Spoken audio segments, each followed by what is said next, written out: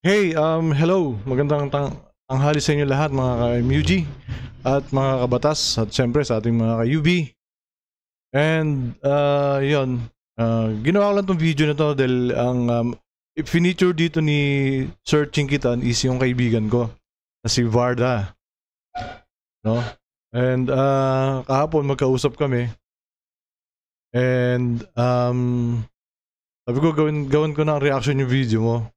Para mas lalo ka pang sumikat. Anyway, una po siyang na-feature kay Karen Davila dun po sa may puhunan. And then sino nga to si Enriquez, yung babae sa L7. And then ito nga ngayon nga kay Sir Chinkitan. So yun, hiramin muna natin yung video kay Sir Chinkitan and panoorin po natin yung story ng aking kaibigan na si Varda. Ni Chris, yung order ng Varda Burger Store, kung paano siya nagsimula. Okay, let us watch this. Dahil si Chris, dati rin daw nakatira sa ilalim ng tulay. At ang landlady sa dating inupa. Yan, totoo po yan. Naikwento po niya sa akin yan. Sobrang hirap ng buhay talaga nila noon. And halos nagpapakatulong lang din siya. And dahil nga, siyempre siguro dahil matalino rin talaga to si Chris, no? So yun, nagawa niya ng paraan ng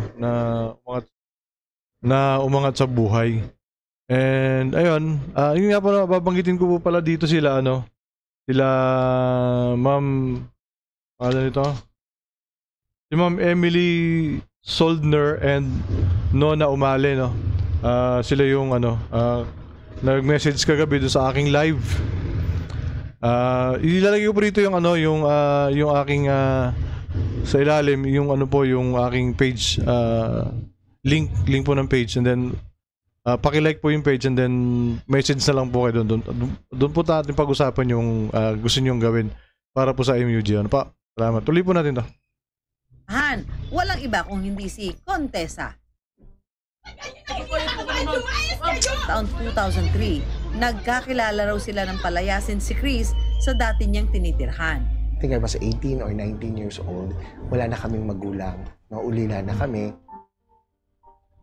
Ang paupahan nila Contessa, nagsilbing silong para kay Chris at sa... Alam niyo ba paano kami nagkakilala nito kaya kami naging magkaibigan?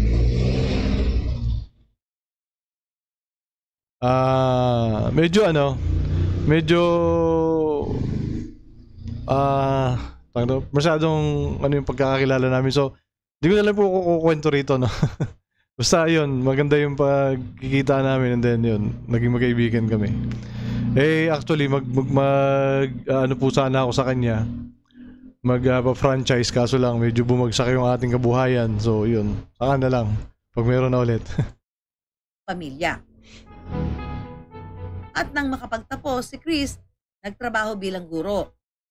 At kalaunay nagtrabaho rin sa iba't ibang kumpanya noon. Nang magkaroon ng sapat na ipon ang kanyang pamilya, umalis na sa inuupahan. Unti-unti na ngang nakakaraos ang mag-anak. Pero si Chris hindi tumigil mangarap. Age ng 35, I left corporate and nag-start ako ng isang maliit na burger store sa aking alma mater, which is PUP. Ayan, okay. Grabe, ang ganda naman ng storya ng buhay nito, ni Chris. Kung makikita po natin, pinalayas po sila. And then after that, diba, tumira sila sa isang maliit na bahay. Diba, yung yung inuupahan lang. And then after that, nag-aral, graduate, nagtrabaho. After nagtrabaho, yung word, siya po ay nag-ipon. Ang sikreto talaga sa pag-unlad talaga ng buhay ng isang tao ay talagang pag-iipon. Kung ang pag-iipon ang pinaka-pundasyon talaga. And then, hindi lang po, nung nag-ipon po siya, anong ginawa po niya? Nung age 35 na siya. Okay, nung age 35, anong ginawa niya sa ipon? Let's watch this.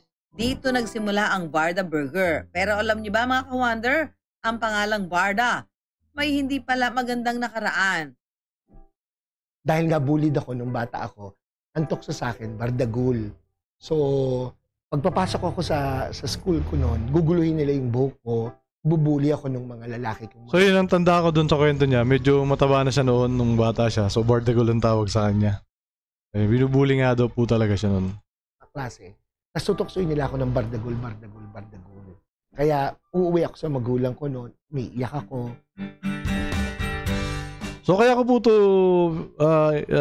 hindi dahil po kaibigan ko siya, and gusto ko rin po ma-inspire yung ating mga ka-MUG at yung ating mga kabatas at ating mga ka-UB na nasa abroad, no, na baka sakali po ma-inspire kayo dito kay Varda and mamuhunan kayo para sa sarili nyo, or pwede po kayo mag-franchise sa kanya, no. Ngayon kung magpa-franchise po kayo sa kanya, so ang purpose ko nga po dun sa aking ilalagay ko po yung aking link ng page ng MUG dito po sa post na to, doon nyo po ako kontakin kapag gusto nyo mag-franchise kay Chris, no? Ano po? And yun na rin, para din po magkausap na rin po kami ni Ma'am Soldner. So, patuloy po natin.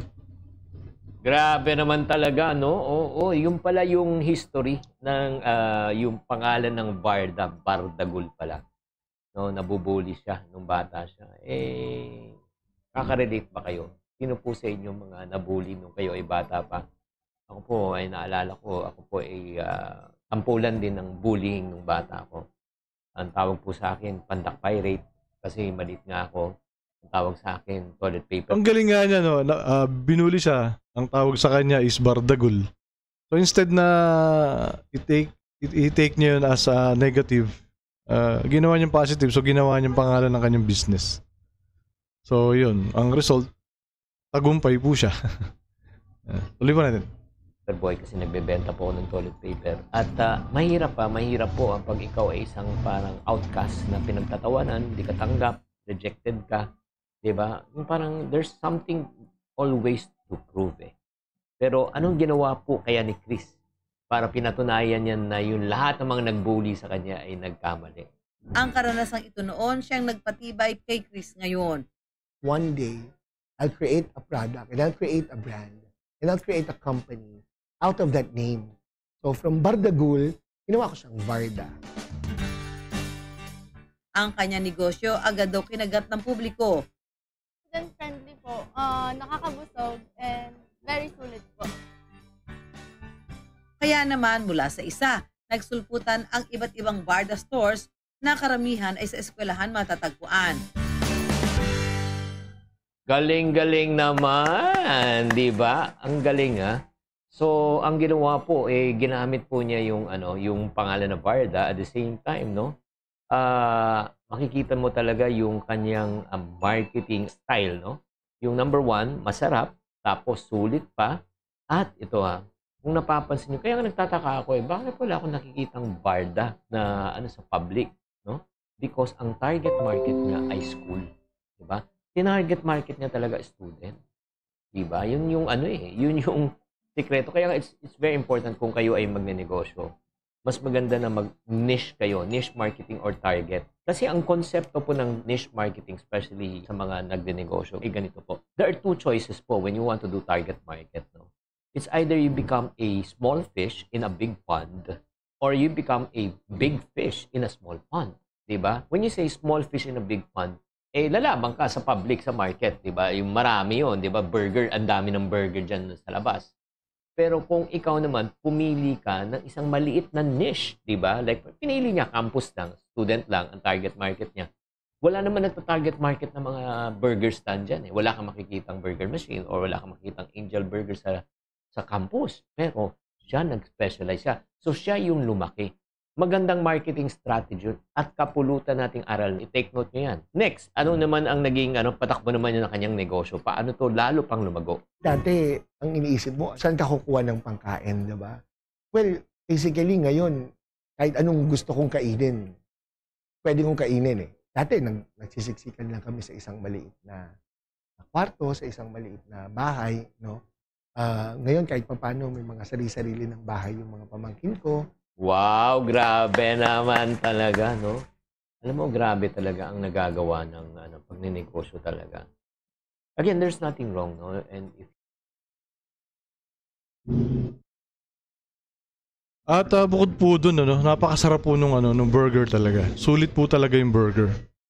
So, kaya naman talagang pumatok din talaga. Yun, so, ulit po natin. you are employed, yun yung starting point eh.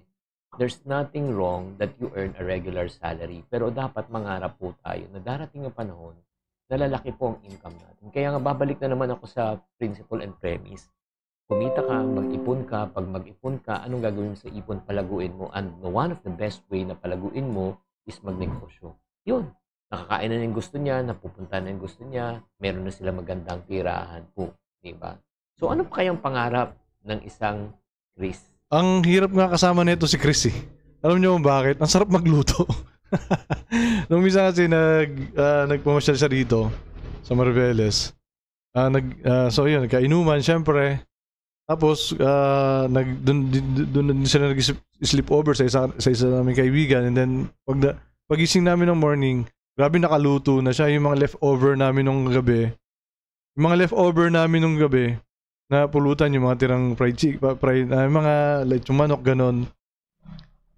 Sinama siya sa sinangag. Wow, grabe ang sarap.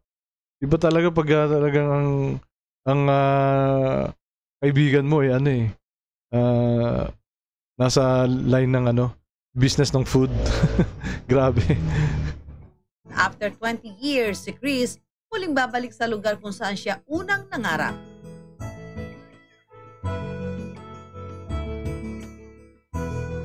Ito parang medyo naalala ko na ito eh. Ang una niyang pinuntahan, si Contessa. Ay, hello, kamusta po? Kamusta? Naalala ko yung panahon dati, di ba? Sama ko pa yung mga maliliit. Ako lalaki na nun. Basta ano lang kasi siya eh. Trabaho. Ganun lang siya. No? Gabi na Gabi nakakauwi. na siya umuwi. Si Jepo, yung bunso kong kapatid, yun yung mag-iigib. Nag-iigib si Jeff. At ilang lakad lang mula kina Contessa, ang bahay naman kung saan dating tumira sila Chris. Ayan, ito na, naalala ko to. Kasi dito ako nag-iipit ng shampoo. Ako po. Open lang pa. Thank you. Ito, papasok lang araw. Swerte to. Tapos yung terrace. Ayan. Kasi pag umaga, dyan ako nagkakape. Sarap dyan kasi kita-kita yung hilo. Ngayon kasi hindi na masyado. Oo nga, no? May pader na pala eh. Oo, nireprop na siya ng mataas eh. I feel nostalgic. Kasi parang kailan lang, di ba? Pero, yung feeling ba na yung worth it yung lahat ng paghihirap. Pag nakita mo, di ba, kung saan ka nanggaling, di ba? Mas ma-appreciate mo kung ano yung meron ka ngayon. Grabe talaga, no? Napakahalaga talaga na yung tayo, marunong tayong tumingin sa ating pinanggalingan. Yun nga, pagka nagbabalik ka, tanaw kung saan ka nanggaling, it makes you humble. Na nanggaling sa wala, kaya kung ano man na narating mo sa buhay, matuto ka magpasalamat.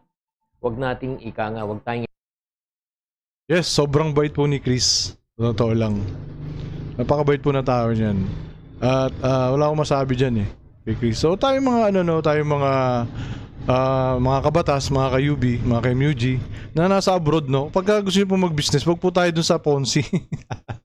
Wag po tayo dun sa networking. Huwag kayong papatol dun. Kasi alam mo yung mga networking na yan, ang target talaga niyan is yung mga nasa abroad.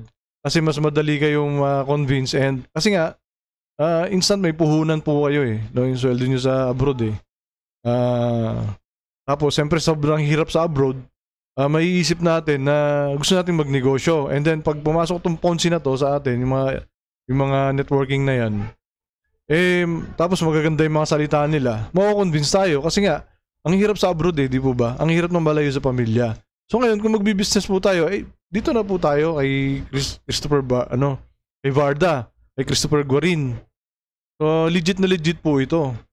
No, tapos halimbawa, yun nga, PM niyo po ako dun sa page, and then bahala na po kayong mag-usap kung gusto niyo po na mag-business no, na with Chris. Okay, tuloy po natin. yayabang na, yun nga, nagrereklamo pa tayo kung sino pang meron sa buhay. Minsan sila pa nagrereklamo na hindi sila masiyahan kung ano man meron sila. Na hindi nila naalala kung saan talaga sila nagsimula. Kaya ako talaga, I always look back how I started when I was 12 years old and when I was tondo, and how I started my sales career, how I started as a Howie boy of Randy Santiago, how I started as assistant of Mr. Francis Kong, Kaya kung nagbabalik tanaw talaga ako, wala akong pwedeng ipagmalaki, mga kaipunaryo. Kung ano man ang narating ko sa buhay. Yes, Si Sir Chingitan, ano rin, napaka-humble din na tao. No? Grabe. Kaya, sobrang nakarelate din siya kay Chris. Kaya siguro niya finiture to. And totoo naman na nakaka-inspire naman talaga si Christopher. Na tao kasi nga. Sobrang sipag po niyan. Grabe yan. Lagari yan. Saan niya nakakarating. Davao. Lahat. Pinupuntahan yan. Basta alam niya na magkakaroon siya ng pagkakapirahan doon, pagkakabisnisan doon. Yan din ang turo niya sa akin. Sabi niya, tigilan ko na yung pag-vlog ng political vlogger eh. Tigilan ko na sobrang concerned din po siya sa akin yung taong yan. So yan kung magbi-business po tayo, doon na tayo sa legit. Ano po? Doon na po tayo sa talagang kikita tayo. So yun, yun po, hanggang dito na lang po tayo. No? And maraming salamat po sa inyo sa pagtatyagaan sa panonood sa aking mga video. And yun, muli po, huwag natin kakalimutan na minsan lang po tayo mabubuhay. Gamitin po natin sa tama at sa mabuti. Maraming salamat po.